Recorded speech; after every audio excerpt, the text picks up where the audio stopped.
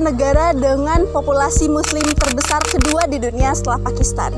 Pada pertengahan tahun 2024, penduduk muslim di Indonesia diperkirakan mencapai sekitar 245 juta jiwa.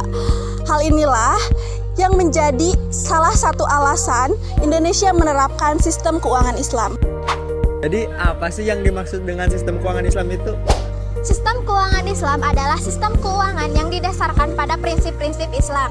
Sistem ini mengikuti aturan-aturan yang diatur dalam prinsip Islam yang terdapat pada Al-Quran dan Hadis. Sistem keuangan Islam memiliki sebuah peraturan atau perjanjian yang biasa disebut dengan akad. Ada 6 akad, diantaranya adalah mudharabah, musyarakah, murabahah, ijaroh, istisna, dan juga wakalah. Adapun karakteristik sistem keuangan Islam diantaranya, yang pertama, harta publik dalam sistem keuangan Islam adalah harta Allah. Yang kedua, Rasulullah SAW merupakan orang pertama yang melakukan praktik sistem keuangan Islam. Yang ketiga, Al-Quran dan Hadis merupakan sumber mendasar bagi sistem keuangan Islam. Yang keempat, sistem keuangan Islam adalah sistem keuangan universal. Yang kelima, keuangan khusus dalam Islam menopang sistem keuangan negara Islam. Yang keenam, sistem keuangan Islam mengutamakan alokasi terhadap layanan-layanan sebagai sumber-sumber pendapatan negara. Yang ketujuh, sistem keuangan Islam ditandai dengan transparansi. Yang kedelapan, sistem keuangan Islam merupakan gerakan kebaikan. Yang terakhir, sistem keuangan Islam adalah modal toleransi bagi umat Islam. Kalian tahu gak apa saja jenis lembaga keuangan Islam? Kalau belum tahu, yuk kita bahas. Lembaga keuangan Islam atau lembaga keuangan syariah merupakan lembaga keuangan yang prinsip operasinya berdasarkan prinsip-prinsip Islami. Lembaga keuangan ini mulai dikembangkan pada masa Khalifah Abu Bakar yang membuat satu lembaga, yaitu Baitul Mal, yang diantaranya Baitul Mal Zakat, Baitul Mal Ahmas, Baitul Mal Fa'i, dan Baitul Mal Dawai. Seiring perkembangan peradaban kehidupan, lembaga keuangan Islam berkembang menjadi lebih modern dan terorganisir. Di Indonesia sendiri terdapat beberapa lembaga fasilitator keuangan syariah, diantaranya Bank Indonesia, Departemen Keuangan, Badan Pengawas Syariah, Badan Pengawas Nasional, serta Badan Arbitrase Syariah Nasional. Jenis lembaga keuangan Islam terdiri dari 2 jenis, yaitu diantaranya ada lembaga keuangan Islam Bank dan lembaga keuangan Islam Non-Bank. Nah, lembaga keuangan Islam Bank diantaranya ada Bank Umum Syariah dan Bank Pembiayaan Rakyat Syariah.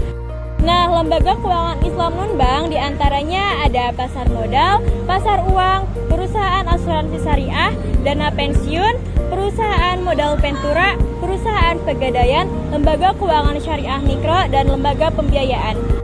Terus, apa sih yang menjadi perbedaan antara lembaga keuangan Islam dan lembaga keuangan konvensional?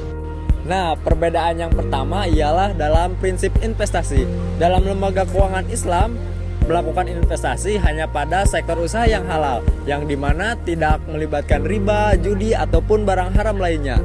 Sedangkan dalam lembaga konvensional, melakukan investasi boleh pada yang berbebas nilai, sehingga tidak ada batasan dalam agama maupun etika tertentu. Poin yang kedua ialah prinsip keuangan. Dalam lembaga keuangan Islam menggunakan prinsip bagi hasil, margin jual beli, dan fee atas jasa keuangan, sehingga keuntungannya itu bisa diperoleh secara bersama-sama tetapi sesuai dengan kesepakatan bagi hasil. Sedangkan dalam lembaga keuangan konvensional menggunakan prinsip bunga, sehingga peminjam itu harus membayar bunga sesuai dengan yang telah disepakati sebelumnya. Poin yang ketiga ialah besaran keuntungan. Dalam lembaga keuangan Islam, besaran keuntungannya itu tidak tetap sesuai dengan kinerja usaha. Sehingga jika kinerja usahanya berhasil, maka keuntungannya itu bisa besar. Tetapi jika kinerja usahanya itu tidak berhasil, maka bagi hasilnya itu akan kecil. Sedangkan dalam lembaga keuangan konvensional menggunakan besaran bunga. Poin yang keempat ialah tujuan utama. Dalam lembaga keuangan Islam berorientasi pada keuntungan dan juga kemakmuran, tidak hanya duniawi saja tetapi juga akhirat. Sedangkan dalam lembaga keuangan konvensional berorientasi hanya kepada keuntungan material saja. Lalu poin yang kelima ialah pola hubungan dengan nasabah.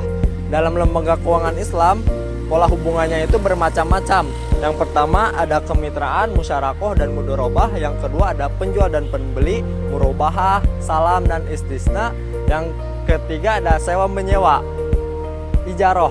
Lalu yang terakhir ialah debitur dan kreditur. Dalam lembaga keuangan Islam, kreditur dan debiturnya itu tidak menggunakan bunga. Sedangkan dalam lembaga keuangan konvensional, pola hubungannya itu lebih sederhana, hanya kreditur dan debitur. Tetapi dalam lembaga keuangan konvensional ini menggunakan bunga. Poin yang keenam, poin yang terakhir ialah pengawasan dana. Dalam lembaga keuangan Islam, pengawasan dan penyaluran dana itu harus sesuai dengan DPS, Dewan Fatwa Syariah. Jadi dalam hal ini lembaga keuangan Islam itu harus sesuai dengan syariat Islam. Sedangkan dalam lembaga keuangan konvensional tidak terdapat Dewan Fatwa yang sejenis. Terus kalian tahu nggak kalau di lembaga keuangan juga ada beberapa permasalahan. Nah, apa aja sih permasalahannya? Adapun permasalahan yang dihadapi oleh lembaga keuangan Islam, yang pertama adalah penghimpunan dana simpanan dan deposito yang belum maksimal, di mana jika dibandingkan dengan lembaga keuangan konvensional, lembaga keuangan Islam ini masih menjadi minoritas di kalangan Muslim. Yang kedua yaitu likuiditas yang berlebihan, di mana lembaga keuangan Islam ini mengalami over liquidity, yang akhirnya hal tersebut ada dana yang tidak disalurkan untuk investasi kemitraan usaha. Yang ketiga yaitu problema biaya dan profitabilitas, di mana hal ini lembaga keuangan Islam itu bekerja sesuai hukum dan peraturan dan menggunakan inovasi transaksi yang sah saja. Yang keempat yaitu problema pinjaman untuk konsumsi, di mana hal ini lembaga keuangan Islam mengkesampingkan pinjaman yang tujuannya untuk konsumsi. Yang kelima yaitu problema pendanaan perumahan dan barang tahan lama, karena lembaga keuangan Islam ini menggunakan akad mudharabah dan ujrah berbeda dengan pemerintah. Hal ini lembaga keuangan Islam ini banyak bekerja di sektor swasta dan mereka menggunakan dana operasionalnya milik dana sendiri.